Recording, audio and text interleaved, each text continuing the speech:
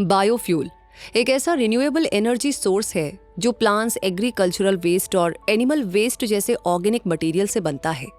ये fossil fuels पर निर्भरता को कम कर सकता है और क्लाइमेट चेंज से निपटने में बहुत मददगार हो सकता है। इसलिए आज पूरी दुनिया में इसकी डिमांड बहुत ज्यादा बढ़ गई है। और फिर इंडियन गवर्नमेंट की नेशनल बायोफ्यूल पॉलिसी भी बायोफ्यूल प्रोडक्शन और कंजप्शन को प्रमोट कर रही है, जिसके चलते इंडिया का बायोफ्यूल मार्केट साल 2025 से 2032 तक 22.2% की तेजी से बढ़ने का अनुमान है। तो ऐसे में बायोफ्यूल प्रोडक्शन एक प्रॉफिटेबल बिजनेस आइडिया बन सकता है। इसलिए चलिए हम आज आपको बताते हैं बायोफ्यूल प्रोडक्शन बिजनेस शुरू करने के लिए जरूरी 8 स्टेप्स के बारे में आपके अपने क्विक सपोर्ट चैनल पर। पहला स्टेप, मार्केट रिसर्च। बायोफ्यूल का बिजनेस शुरू करने के लिए सबसे पहला स्टेप है मार्केट की रिसर्च करना। आपको ये पता लगाना होगा कि आपके एरिया में गन्ना, मक्का या एग्रीकल्चर वेस्ट जैसे रॉ मटेरियल कितनी आसानी से मिल सकते हैं और उनकी कॉस्ट और क्वालिटी कैसी होगी। आपको अपने कॉम्पिटिटर्स के बारे में भी जानना होगा। उनकी स्ट्रेंथ और वीकनेसेस को जानकर आप अपनी बिजनेस स्ट्रेटेजी बना सकते हैं। कॉम्पिटिशन को समझ करके आप अपनी प्राइसिंग और मार्केटिंग स्ट्रेटेजी भी बेहतर बना सकते हैं। आपके पोटेंशियल कस्टमर्स कौन होंगे, जैसे ट्रांसपोर्ट कंपनीज, इंडस्ट्रीज या ऑयल मार्केटिंग कंपनीज, ये जानना भी बेहद जरूरी है ताकि उनकी डिमांड और जरूरतों को समझकर आप अपने प्रोडक्ट्स और सर्विस उनके हिसाब से तैयार कर सके। मार्केट रिसर्च आपको ये समझने में मदद करता है कि आपका बिजनेस कितना वायबल है और आपको किन चैलेंजेस का सामना करना पड़ सकता है। इसकी मदद से आप एक सॉलिड बिजनेस प्लान भी तैयार कर सकते हैं, जो बहुत जरूरी है। इसलिए प्रॉपर मार्केट रिसर्च कीजिए, मार्केट ट्रेंड्स को भी एनालाइज कीजिए ताकि आपको पता चल सके कि अभी कैसा बायोफ्यूल ज्यादा डिमांड में है, बायोडीजल या बायो एथेनॉल। जैसे भी भारत सरकार एथेनॉल पर ज्यादा जोर दे रही है, क्योंकि सरकार ने साल 2025 तक पेट्रोल में 20% इथेनॉल मिलाने का टारगेट रखा है, जिसे अचीव करने के लिए एथेनॉल प्रोडक्शन को बढ़ावा दिया जा रहा है। यानी अभी हम कह सकते हैं कि बायो एथेनॉल ट्रेंड में है और ऐसे ट्रेंड्स की जानकारी आपको मार्केट रिसर्च से ही मिलेगी। दूसरा स्टेप है business plan. Proper market research के बाद बारी आती है एक डिटेल्ड बिजनेस प्लान तैयार करने की। इस प्लान में आप अपने बिजनेस से जुड़ी सभी जरूरी बातें बताएंगे, जैसे आपकी कंपनी का नाम, एड्रेस, लीगल स्ट्रक्चर, मिशन और विजन। साथ ही आपको ये भी बताना होगा कि आप इथेनॉल, बायोडीजल और बायोगैस में से किस टाइप का बायोफ्यूल बनाएंगे, आपकी प्रोडक्शन कैपेसिटी क्या होगी और आप किस टेक्नोलॉजी का इस्तेमाल करेंगे। आपको अपने प्रोडक्ट की क्वालिटी और स्पेसिफिसिटी के बारे में बताना होगा और आप डिस्ट्रीब्यूशन, सेल्स और कस्टमर सर्विस में से कौन सी सर्विसेज प्रदान करेंगे, ये जानकारी भी देनी होगी। इसके बाद आपको अपने टारगेट मार्केट का साइज, कॉम्पिटिटर्स का एनालिसिस, कस्टमर्स की ज़रूरतें और डिमांड, साथ ही मार्केट के करंट ट्रेंड्स और फ्यूचर पॉसिबिलिटीज भी बतानी होंगी। इतना ही नहीं, आपको ये भी बताना होगा कि आप अपने प्रोडक्ट्स और सर्विसेज की मार्केटिंग कैसे करेंगे, आपके सेल्स चैनल क्या होंगे, आपकी प्राइसिंग स्ट्रेटेजी क्या होगी और आपके प्रमोशन और एडवर्टाइजिंग प्लान क्या होंगे। इसके अलावा इस बिजनेस प्लान में आपके प्लांट की लोकेशन और सेटअप, रॉ मटेरियल की सोर्सिंग और सप्लाई चेन, प्रोडक्शन प्रोसेस और क्वालिटी कंट्रोल और लॉजिस्टिक्स और डिस्ट्रीब्यूशन रिलेटेड जानकारियां भी दी जाएगी। बिजनेस के लिए आपको कितने फंड की जरूरत होगी, आप कौन सा फाइनेंसिंग ऑप्शन चूज करेंगे और प्राइसिंग मॉडल क्या रखेंगे। अपने बिजनेस से जुड़ी ऐसी सारी जानकारियों से आप एक क्लियर और सॉलिड बिजनेस प्लान तैयार कर पाएंगे, जो कि आपके इन्वेस्टर्स को भी अट्रैक्ट करेगा और बैंक लोन्स मिलने में भी आपकी मदद करेगा। इसलिए इस स्टेप को भी पूरी इंपॉर्टेंस दीजिए। तीसरा step, selection of biofuel type and technology. अब बारी आती है बायोफ्यूल के टाइप और टेक्नोलॉजी को सिलेक्ट करने की। यानी अब आपको ये डिसाइड करना है कि आप इनमें से कौन सा बायोफ्यूल बनाने वाले हैं। एथेनॉल, जिसकी अभी बहुत ज्यादा डिमांड है और इसे बनाने के लिए 1G और 2G दोनों टेक्नोलॉजीज यूज होती है। इनमें से 2G बायोफ्यूल को ज्यादा सस्टेनेबल माना जाता है। 1G यानी फर्स्ट जनरेशन टेक्नोलॉजी में गन्ना और मक्का जैसी फसलों से एथेनॉल बनता है और 2G टेक्नोलॉजी में एग्रीकल्चर वेस्ट, वुड चिप्स और दूसरे सेलुलोसिक मटेरियल से एथेनॉल बनाया जाता है। ये बायोफ्यूल पेट्रोल में आसानी से मिल जाता है, पोल्यूशन कम करता है और इससे किसानों को भी फायदा होता है। बात करें बायोडीजल की, तो ये डीजल इंजन में सीधे इस्तेमाल हो सकता है और सल्फर का कम उत्सर्जन करता है। सरकार 2030 तक डीजल में 5% बायोडीजल मिलाने का प्लान बना रही है और यूज्ड कुकिंग ऑयल से बायोडीजल बनाने के लिए मदद भी कर रही है। इसे बनाने के लिए जब वेजिटेबल ऑयल्स और एनिमल फैट्स का इस्तेमाल होता है तो ये 1G टेक्नोलॉजी से होता है और जब यूज्ड कुकिंग ऑयल या एग्रीकल्चर वेस्ट से बायोडीजल बनाया जाता है तो वो 2G टेक्नोलॉजी से बना होता है। इसी तरह बायोगैस का इस्तेमाल खाना बनाने, बिजली बनाने और गाड़ियों में हो सकता है। सरकार बायोगैस बनाने के लिए भी काफी मदद कर रही है क्योंकि इससे कचरे का सही इस्तेमाल होता है और पोल्यूशन भी कम होता है। बायोगैस 2G टेक्नोलॉजी से यानी एग्रीकल्चर वेस्ट, गोबर और दूसरे ऑर्गेनिक वेस्ट से बनाई जाती है। अब इनमें से कौन सा बायोफ्यूल टाइप आपके बिजनेस के लिए सही रहेगा, ये जानने के लिए आपको अपने एरिया में रॉ मटेरियल की अवेलेबिलिटी और कॉस्ट का एनालिसिस करना होगा। अपने टारगेट मार्केट की ज़रूरतों को समझना होगा। अलग अलग बायोफ्यूल टेक्नोलॉजीज की कॉस्ट और बेनिफिट्स को कंपेयर करना होगा और गवर्नमेंट के द्वारा दी जाने वाली सब्सिडीज और इंसेंटिव्स की जानकारियां भी लेनी होगी ताकि आप अपने लिए सही टाइप और टेक्नोलॉजी को चूज कर सके और ये आपके बिजनेस के लिए फायदेमंद साबित हो सके। चौथा step, legal structure and licences. Biofuel business का अगला स्टेप आता है अपने बिजनेस को लीगली रजिस्टर करवाना।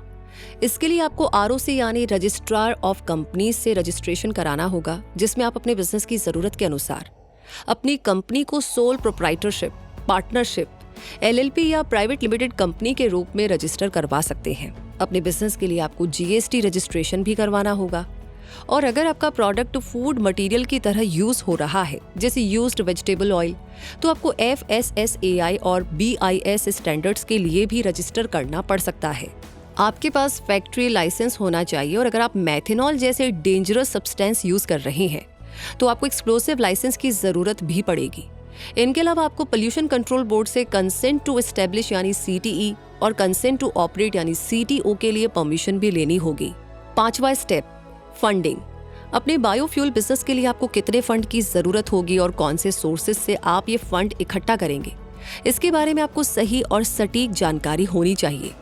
तो बात ऐसी है कि एक स्मॉल एथेनॉल प्लांट के लिए 20 से 25 लाख रुपए की जरूरत हो सकती है और बड़े प्लांट के लिए ये फंड 5 से 10 करोड़ रुपए तक का भी हो सकता है, जो कि आपके बिजनेस के टाइप और टेक्नोलॉजी जैसे बहुत सारे फैक्टर्स पर डिपेंड करेगा।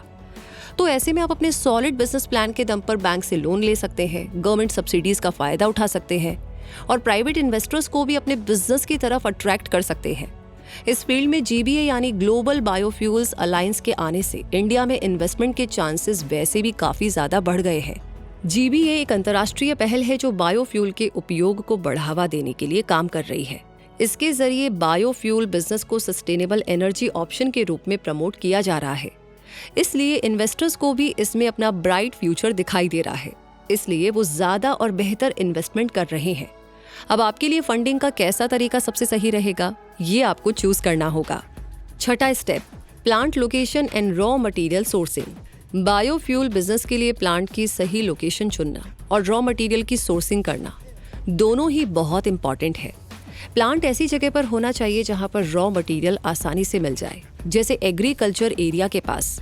ट्रांसपोर्ट की सुविधा भी होनी चाहिए ताकि प्रोडक्ट को मार्केट तक आसानी से पहुंचाया जा सके। एनवायरमेंटल रूल्स के हिसाब से प्लांट को गांव या वाइल्ड लाइफ एरिया से कम 3 किलोमीटर दूर होना चाहिए और अपने प्लांट की लोकेशन चुनते समय आपको इन सारी बातों का ध्यान रखना चाहिए। और जहां तक रॉ मटेरियल सोर्सिंग की बात है तो इसके लिए आपको अलग अलग सप्लायर्स से कांटेक्ट करना होगा। एथेनॉल के लिए गन्ना, मक्का या सरप्लस चावल के सप्लायर से रॉ मटेरियल लेना होगा। बायोडीजल के लिए यूज्ड कुकिंग ऑयल और जट्रोफा के सप्लायर से कांटेक्ट करना होगा और बायोगैस के लिए एग्रीकल्चर वेस्ट और गोबर की सप्लाई चाहिए होगी। इस दौरान आपको बस ये ध्यान रखना होगा कि आप अपने बिजनेस के लिए रिलायबल और अच्छी क्वालिटी डिलीवर करने वाले सप्लायर्स के साथ ही लॉन्ग टर्म कॉन्ट्रैक्ट रखें ताकि आपको हमेशा सफिशिएंट और अच्छी क्वालिटी का रॉ मटेरियल मिलता रहे। अब आगे है 7वां step, team work and automation. Biofuel business शुरू करने और उसे सक्सेसफुल बनाने के लिए एक अच्छी टीम का होना बहुत जरूरी है, जिसमें इंजीनियर्स, टेक्नीशियंस और ऑपरेशनल स्टाफ शामिल हों। बायोफ्यूल बनाने में फर्मेंटेशन, डिस्टिलेशन और ट्रांस एस्टिडिफिकेशन जैसे टेक्निकल वर्क होते हैं और इन प्रोसेसेस को सही ढंग से करने के लिए स्किल्ड लोगों की जरूरत होती है। इसलिए स्किल्ड स्टाफ को हायर करें और उन्हें ट्रेनिंग जरूर दें ताकि वो आपके बिजनेस के विजन के अनुसार काम कर सके। वैसे आप यहाँ पर ये जान सकते हैं कि फर्मेंटेशन और डिस्टिलेशन प्रोसेस बायोइथेनॉल बनाने के लिए यूज किए जाते हैं और ट्रांस एस्टिडिफिकेशन बायोडीजल बनाने के लिए। फर्मेंटेशन में शुगर या स्टार्च वाले रॉ मटेरियल जैसे गन्ना और मक्का को यीस्ट की मदद से इथेनॉल में बदला जाता है और डिस्टिलेशन में बने हुए इथेनॉल को बाकी लिक्विड से अलग और शुद्ध किया जाता है। वहाँ ट्रांस एस्टरिफिकेशन में वेजिटेबल ऑयल या फैट में मेथेनॉल और केमिकल को मिलाकर उसे बायोडीजल और ग्लिसरीन में बदला जाता है। और इन प्रोसेसेस को सही तरीके से करने के लिए स्किल्ड टीम की जरूरत होती है। स्टाफ हायर करने के साथ साथ आप सेमी ऑटोमेटिक मशीन्स का भी इस्तेमाल कर सकते हैं, जिससे प्रोडक्शन और भी तेज होगा और कॉस्ट कम होगी। इस तरह एक अच्छी टीम और ऑटोमेशन का सही इस्तेमाल आपके बिजनेस को सक्सेसफुल बनाने में मदद करेगा। और अब आगे है 8वां step, marketing and distribution strategy.